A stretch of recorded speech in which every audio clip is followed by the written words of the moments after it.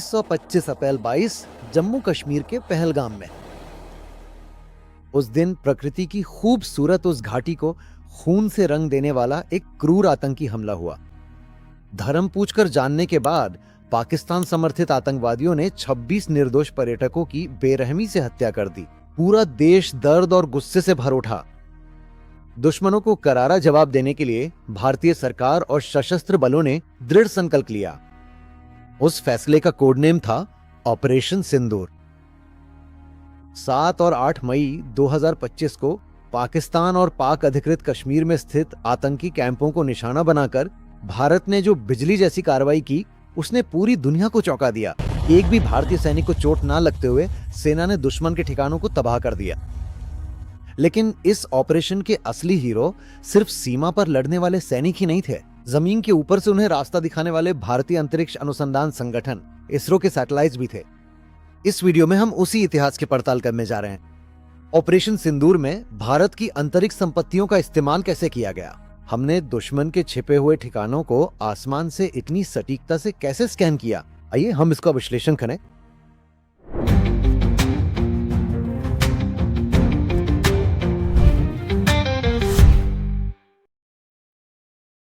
किसी भी सैन्य अभियान की सफलता उसके पीछे की सटीक जानकारी जुटाने यानी इंटेलिजेंस कलेक्शन पर निर्भर करती है। पहलगाम हमले के बाद पाकिस्तान में आतंकवादी प्रशिक्षण केंद्र कहां है, यह बहुत बारीकी से पता लगाना जरूरी था। यहीं पर भारत की कार्टोसैट उपग्रह श्रृंखला मैदान में आती है। धरती से सैकड़ों किलोमीटर ऊपर अंतरिक्ष की कड़ाके की ठंड में भारत के ये मूक प्रहरी बिना थके जाग कर पहरा दे रहे थे। उनके पास कोई आवाज नहीं की, लेकिन उनके पास बेहद तीखी नजर थी। दुश्मन के छिपने की जगहों में हर हलचल और अंधेरे में होने वाली हर गतिविधि को वे सटीकता से पकड़ने में सक्षम थे।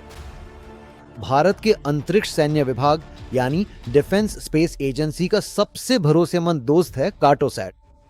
2005 में शुरू हुई इस सीरीज के उपग्रह खासकर सैन्य जरूरतों के लिए इस्तेमाल होने वाले कार्टोसैट 2C जैसे सैटेलाइट्स बेहतरीन हाई रेजोल्यूशन तस्वीरें देने में सक्षम हैं। सिर्फ 0.65 मीटर तक की रेजोल्यूशन क्षमता वाले इन उपग्रहों के लिए धरती पर किसी छोटी गाड़ी या इमारत की ही नहीं, बल्कि वहां खड़े गार्ड की आकृति तक को भी बेहद बारीकी से कैद करना संभव है। स्थिर चित्रों के अलावा ये उपग्रह उच्च गुणवत्ता वाले वीडियो भी रिकॉर्ड करने में सक्षम है। 2019 के बालाकोट सर्जिकल स्ट्राइक में भारत द्वारा इस्तेमाल किया गया मुख्य हथियार यही कार्टोसैट उपग्रह। ऑपरेशन सिंदूर की योजना बनाते समय भारत की सशस्त्र सेनाओं ने 9 अलग अलग आतंकी कैंपों को निशाना बनाया था। इन कैंपों की त्रिआयामी संरचना, भौगोलिक स्थिति और इमारतों की बनावट जैसी सारी जानकारी कार्टोसैट उपग्रहों ने कैद की थी। लेकिन इन कार्रवाइयों में भारत ने सिर्फ अपने उपग्रहों पर ही निर्भर नहीं किया था। इस काम के लिए भारतीय सेना ने वैश्विक कमर्शियल ऑपरेटरों, खासकर मैक्सार जैसी कंपनियों से मिले डेटा का भी इस्तेमाल किया था।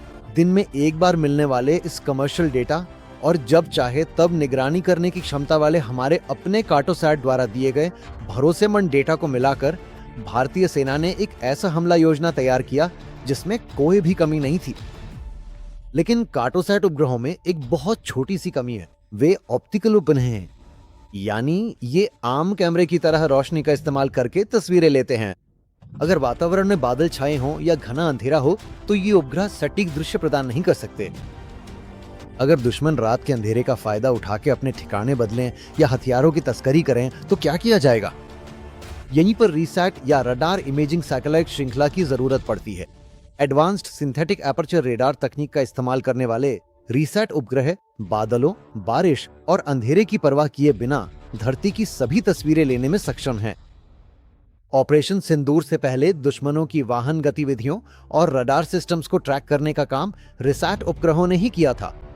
किसी भी मौसम में, दिन हो या रात, समान रूप से काम करने वाली ये रडार आंखें भारतीय सेना को जो आत्मविश्वास देती हैं, वो कम नहीं है। अब सेना को पता चल चुका है कि दुश्मन कहां है। एक संपूर्ण हमले के लिए नक्शा तैयार है। अब हमला करना है। 7 मई की रात भारत का बिजली की तरह तेज हमला पाकिस्तान की ओर शुरू हुआ। अत्याधुनिक ड्रोन, युद्धक विमान और प्रिसीजन गाइडेड मिशन पाकिस्तान के नूर खां, रहीम यार खां जैसे ठिकानों और मुरीदक, बहावलपुर जैसे आतंकी कैंपों को निशाना बनाकर दागे गए। ऐसी तेज रफ्तार ऑपरेशनों में अगर संचार बाधित हो जाए तो वो बड़ी तबाही में बदल सकता है।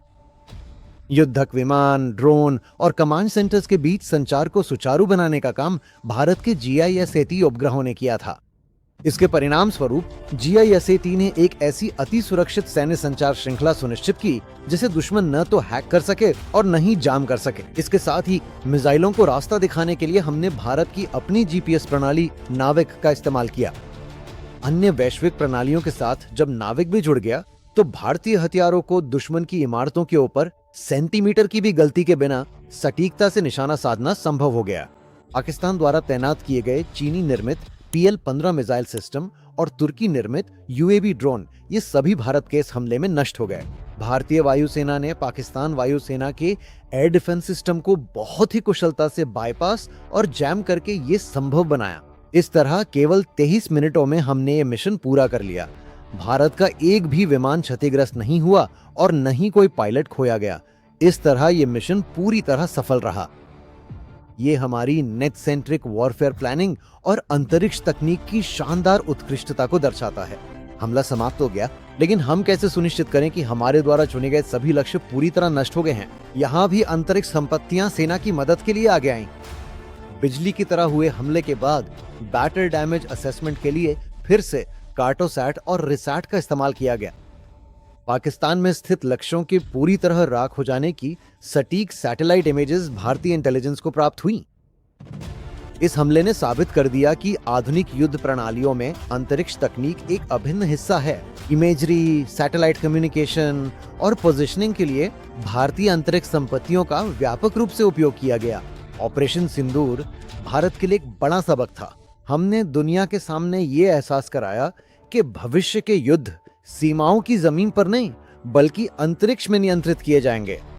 2025 मई 11 को इसरो के चेयरमैन V नारायणन ने इसे सार्वजनिक रूप से घोषित किया। उन्होंने ये भी खुलासा किया कि भारत की सशस्त्र सेनाओं के लिए कम से कम इसरो के 10 उपग्रह दिन रात बिना रुके काम कर रहे हैं।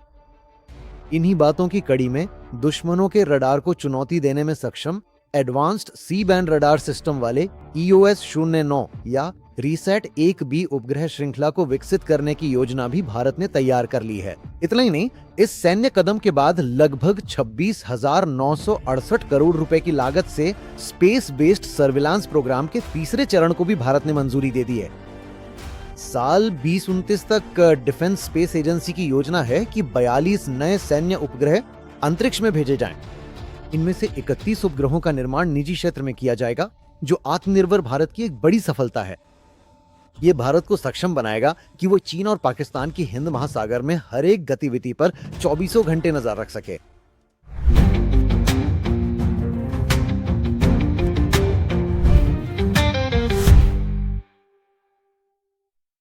ऑपरेशन सिंदूर सिर्फ एक प्रतिशोध की कार्रवाई नहीं थी, बल्कि ये भारत की आत्मनिर्भरता और तकनीकी श्रेष्ठता की एक बड़ी घोषणा भी थी।